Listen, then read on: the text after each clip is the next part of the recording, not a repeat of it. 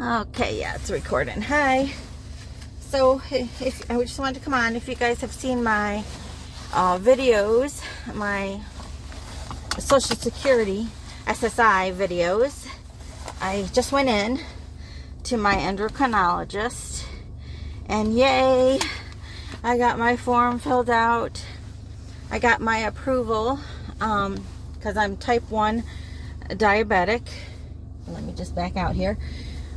Type 1 diabetic, to drive and to keep my CDL. You need to get, well, if your doctor's on the up and up, need to get a diabetic exemption if you have a CDL and you are type 1 diabetic, which means you require insulin, I guess, to live or whatever. But I think I'm type 1.5, I guess. I'm a special type, I think. I don't know. But I also take metformin, which is a pill. And I've lowered my insulin amount a lot, which is good. So, but I guess she said that could change. So anyway, she filled out the form, which I needed for my DOT card. DOT card is a medical card from a CDL type doctor. The doctor for Transportation Department of Transportation, DOT, that will approve you to drive heavy machinery. So he wanted me to get this form done for my diabetic exemption, which, by the way, the Secretary of State in Illinois and my previous company, which will be my company again, knew nothing about. But of course, me being a Virgo and finding every little nitty gritty, following the rules, and also being a teacher, knowing about paperwork, I'm the one that called the Secretary of State saying, do I need a diabetic exemption? And Secretary of State was like, no, I don't know. I don't think so. And my company that I drove for was like, no, I don't know. I don't think so. But my DOT doctor was like, you need an exemption. I'm like, form filled out. I'm like, that's what I've been telling people. And he's like, yeah, let's get this done. That way you'll be covered. Don't have to ever do it again. So thank God he was like that. So I got that form done. That's approved. I have to do one other form because I use a CPAP machine because I guess I stopped breathing in the middle of the night. That's not good. So I have a CPAP form that I also have to fill out, being a CDL driver, which I did not know, but my nice DOT doctor gave me that form too. What the hell? Go fill that one out too. He said, let's just do all this and then get it done with, and then I will be done. So yay. Now, however, if you saw my last video, are we still recording? Yep, okay. You saw my last video, I got denied my SSDI because I had an asshole judge. Prick, let's be frank. And he screwed me. On purpose. Okay, I know. He did it on purpose. Because I have an invisible illness. You know, I don't look ill. I look quite sprite. Is that a word? Like peppy. And this is a good day, okay?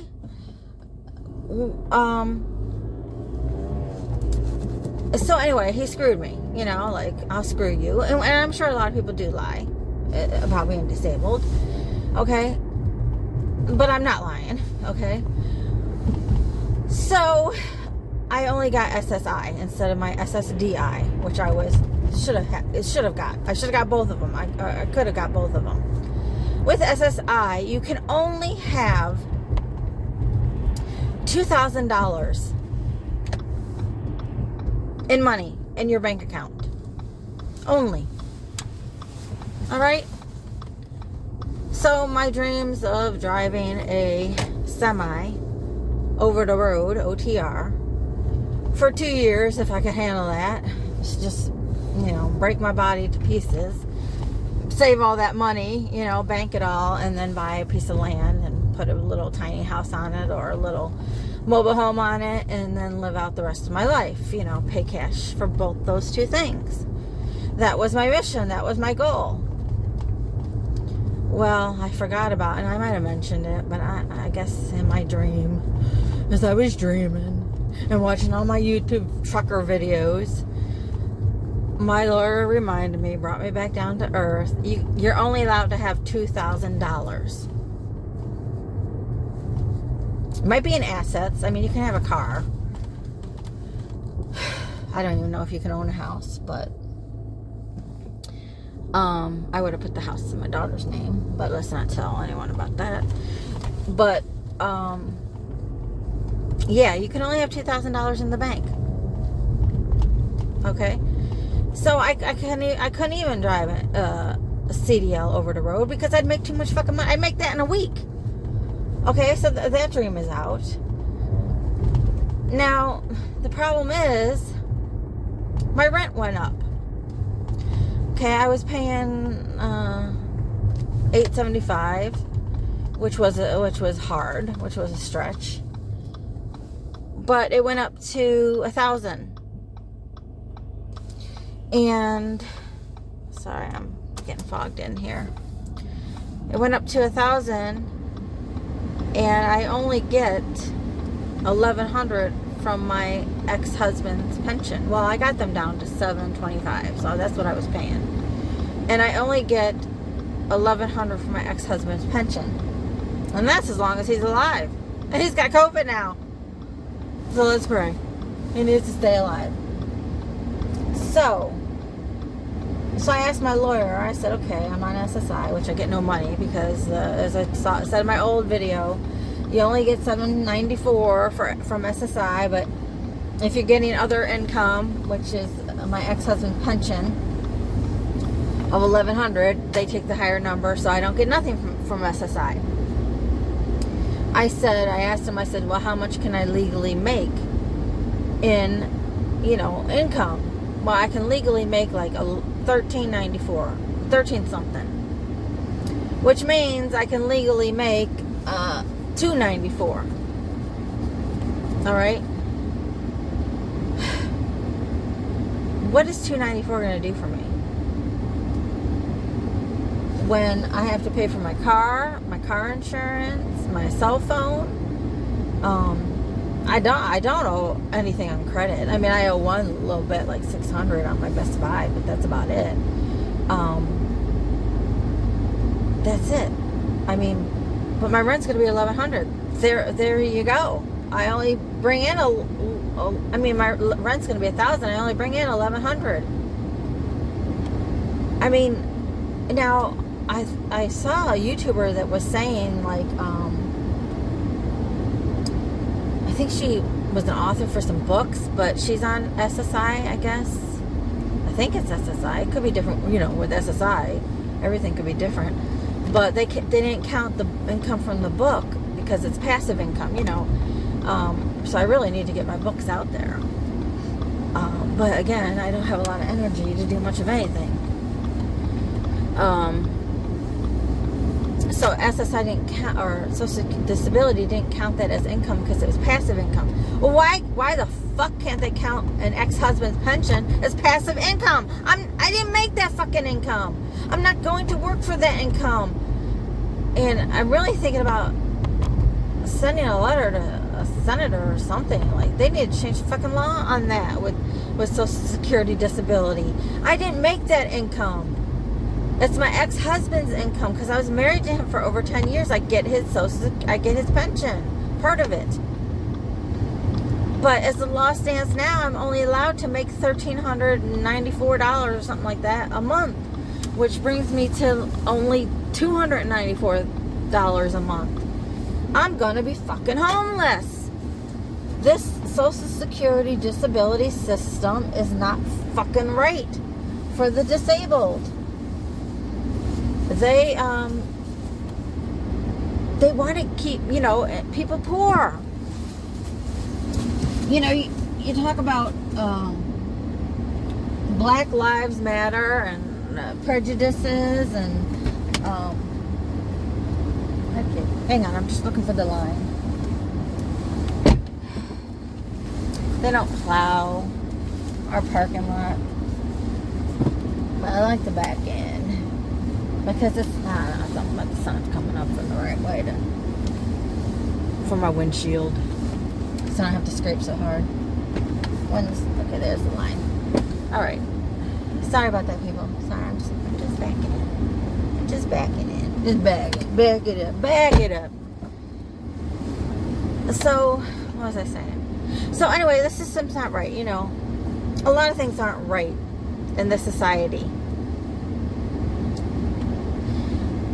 You know, Black Lives Matter. Black lives do matter.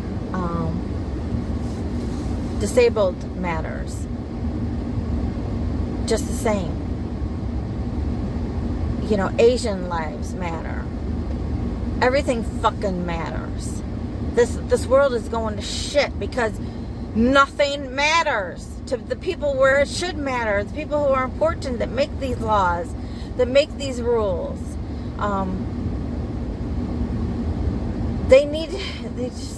Why can't people change? Why can't things be changed? I do understand. It's about greed. It's about money. It's about seeking what's best for yourself and not for what's best for everybody.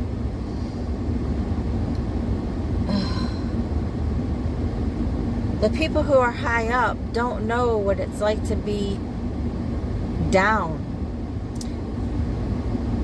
Lower income, below low income.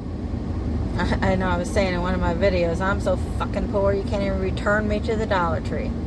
I'm not even worth the dollar. You know, you wouldn't get nothing from returning me to the Dollar Tree. You know, and I was cleaning or doing something, and you know, I had the TV on, I was overhearing, and someone was interviewing a nun, and she was saying how, you know, the nuns have, you know, I mean, people have misperceptions about nuns, and they think we're dull and boring and we're not real people, and she's like, yeah, you know, we devote our life to live in poverty, and the person interviewing her is like, and having celibacy, and she's like, yeah, and you know, devoting our life to the spirit, to God, and I backed up and I looked at that TV and I said, who signed me up to be a nun? Because that's my life. I'm devoting my life to spirit. I'm living in fucking poverty. And I for sure, since COVID, have been celibate. Who the fuck signed me up to be a nun? Oh, maybe I should go into the ministry. At least I have a place to live. I live in silence half the time anyway. Unless I talk to Cooper. I'm like, who the fuck signed me up to be a nun? I was like, that's my life.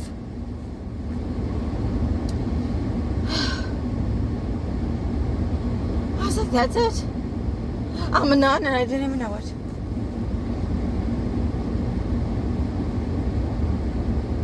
Bitch. Didn't even know it. I've been living the life of a monk, a nun, living in poverty, pledging an oath of poverty. I didn't even know I did that. Was I walking in my sleep? It's just, the world's going down. I don't even want for much, but I do need a roof over my head.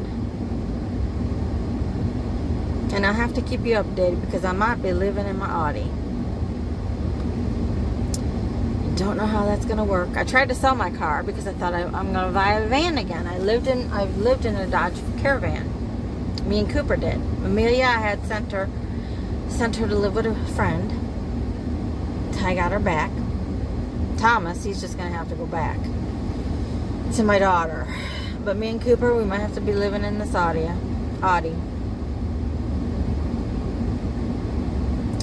So I have to keep you updated. So my big dream of driving over the road, being with the truckers, banking all the gold, all the ching ching, buying a piece of property, putting on a mobile home, maybe getting a shotgun. That dream's gone. But this is what the government does to us. Keeps us in poverty. And I was telling my endocrinologist, who's my diabetic doctor, and I have a Dexcom because I do go low, but I can quickly, put it up real quick. I get a warning before I go low. Before I go low and go into a coma. I know that. And I said, if I go back to work, if I go back and drive a school bus, and if I go over, that's another thing. If I go over, even if I make the 1,300, or let's say I made 1,394, I think it is that you can make. Let's say I make 1,395 driving a school bus. I make $300 driving a school bus. They're going to cut me off Medicaid because they did it before. I had to cut my hours back, just by a little, because I was 100 over earning wise. They cut me off Medicaid, and they cut my food stamps. Food stamps I'd have to make a little bit more, but they would cut me off my food stamps. So going back to work, for me to save myself from living in my car, they will cut me off Medicaid. Mind you, I'm up to about 7 autoimmune diseases now, and diabetes is one of them. But I am type 1 diabetic. I have Hashimoto's. That was my newest one. I have to get colonoscopies yearly because I had precancerous cells in my garage, let's just say. And and then tomorrow I go for the diagnostic to see if I have breast cancer. So let's just say my check engine light is on. So if I go back to work to make sure that I have a place to live, I'm gonna make too much money. They're gonna cut me off Medicaid, and they're gonna cut me off food stamps, which means I will have to pay for my health insurance and pay for my food. Which I don't mind doing that. I don't mind, but I might not make enough money driving a school bus to cover all that. And what was the other thing? Now, if I do have cancer, I read that you got to go to chemo or get treatments every day. I don't know. That's tomorrow. That's another day. Let's not worry about that yet. But the thing is, I don't know how much it is to pay for insurance yourself. Food, okay, just think of it as a diet plan. I don't eat that much anyway, believe it or not.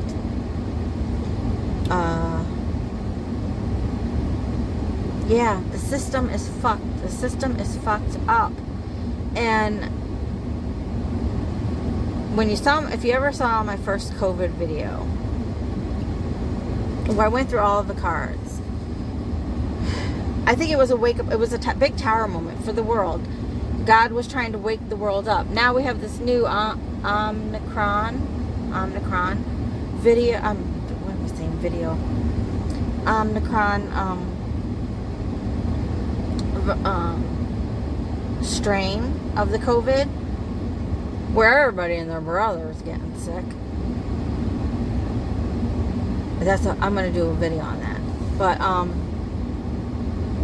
that's just God slapping everybody in the face. Now, mind you, don't take this wrong. Don't be getting all up in your. Don't be having your underwear up in your crack. I don't want anyone to get sick. I don't want anyone to die. That is not what I'm saying, and I'm not making it light of it. It's just that it's now. Besides the tower, the original was a tower moment. This is a shake-up moment. Like people, government, help these people fucking out. My daughter now, she has the baby that got COVID. She didn't even go to the place where all the relatives got the COVID. They went, it was her fiance's birthday, and okay, so they went to the other relatives, and she happened to be really sick that day with like a flu, just a bad headache, not the COVID. And he was being nice, and he's like, I'll take the baby, you stay home, you recover, have a bad headache, wasn't feeling well. He went for his birthday. You can't blame him. It was no one's fault. So they all celebrated his birthday. He took the baby, which he never takes the baby anywhere. Okay, so of course, this is the day he takes the baby. But she was sick. He was trying to help out. And they all at the party got COVID. They were all vaccinated, except for him, the fiance, and the baby. But everybody else was vaccinated. So, you would think they would be safe. They've been safe. They've been vaccinated a long time. And so he comes home, and the baby gives my daughter COVID. And he got COVID from everybody at the party. It wasn't a whole lot of people, just immediate family. Just like his family. Mom and dad, his sister and brother and stuff like that. But, so he got really, really sick. And he got tested positive first. And then the baby was tested positive after that. My daughter was hysterical. And then she tested positive. So they were all on COVID. We were trying to figure out, like, where to put her and the baby at first when her fiance was COVID. But I forget my point.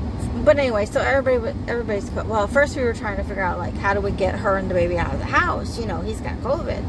We got to protect them, but then they came up with COVID. So everybody's getting COVID, and everybody's getting this new Omicron, and hopefully that will just give everybody in the world immunes.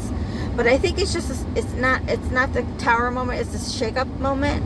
It's just and now the government is just with the mandates and, punishing people. You don't come to work because you're scared to get it. You're not going to get paid. I mean, it's just rudeness. Fucking just pay fucking people. Just dish out. I don't care what you have to do. Print fucking money.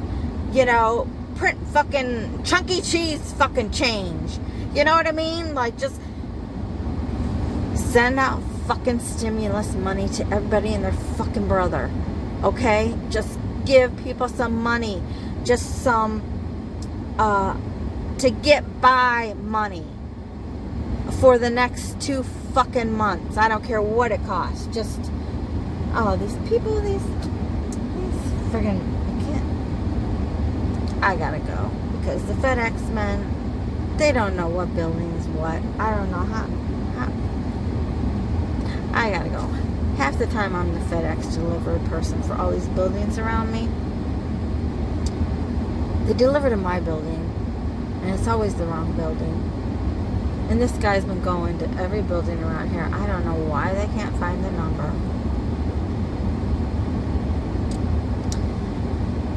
I gotta go. This lasted a little too long. Sorry I was ranting. At least I got one form filled out. Talk to you soon. Bye-bye, guys.